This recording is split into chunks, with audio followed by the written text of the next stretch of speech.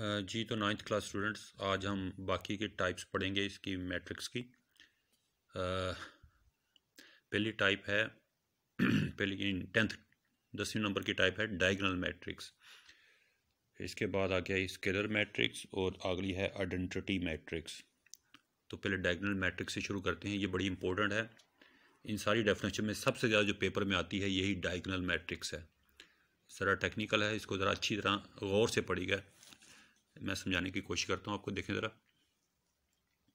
A square matrix is called a diagonal matrix if at least any one of the entries of its diagonal is not zero and non-diagonal entries are zero।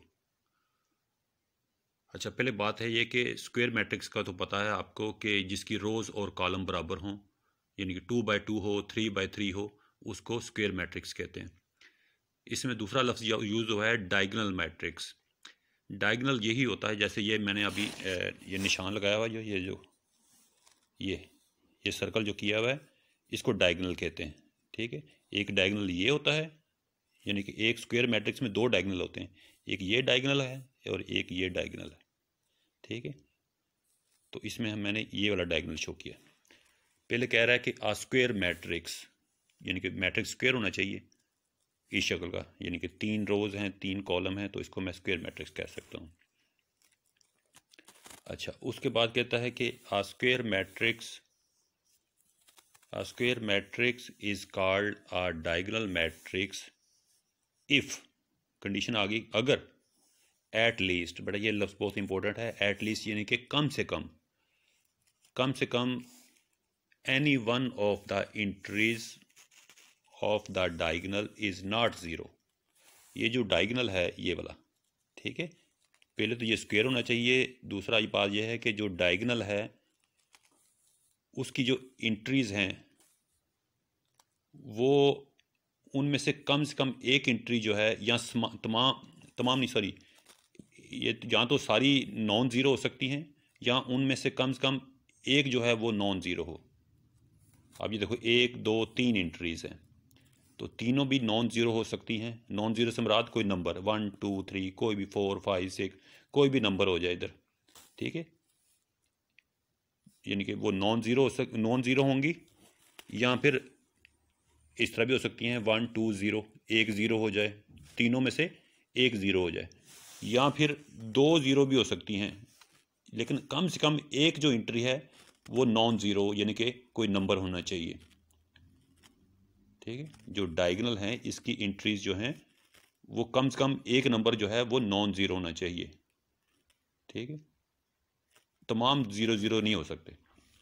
और जो diagonal के अलावा entries हैं, मतलब ये diagonal है, इसके अलावा ये 1 2 3 4 5 6 ये जो एंट्रीज़ हैं ये सारी ज़ीरो होनी चाहिए। सिर्फ डायगोनल की एंट्रीज जो हैं वो नॉन ज़ीरो होनी चाहिए। उनमें भी एक जो है वो नॉन ज़ीरो बाकी ज़ीरो हो सकती हैं। इसकी 3 मैंने एग्जांपल दी हैं। ये डायगोनल मैट्रिक्स है, ये देखें तीनों नॉन ज़ीरो हैं, इसमें 2 नॉन ज़ीरो हैं, 1 2 और ये 0। तीसरी एग्जांपल है कि 2 ज़ीरो हैं, ये 1 1 है, यानी कि यहाँ तक ये डायगोनल मैट्रिक्स कहलाएगा। और अगर ये भी ज़ीरो हो जाए तो फिर ये डायगोनल मैट्रिक्स नहीं कहलाएगा, ये फिर नल मैट्रिक्स कहलाएगा, जो हमने कल पढ़ा था। ठीक है, तो ये भी डायगोनल मैट्रिक्स है, ये भी डायगोनल है और ये भी डायगोनल है। तो फिर इसकी दोबारा देखें definition. A square matrix is called a diagonal matrix if at least, ये लफ्ज़ इंपॉर्टेंट है, इफ़ एट लीस्ट कम से कम any one of the entries, यानी कि इंट्री में से कम एक नंबर जो है वो इसके डायगोनल का नॉन ज़ीरो होना चाहिए या नॉट ज़ीरो होना चाहिए, ज़ीरो ना हो। And non diagonal entries are zero, यानी कि जो डायगोनल के अलावा इंट्री हैं वो तो ज़ीरो होनी ही चाहिए। ठीक है, तो इसको गौर से इसको याद करें और जिस तरह डेफिनेशन लिखी है बिल्कुल उसी तरह याद करनी है आपने। अगला है जी स्केलर मैट्रिक्स।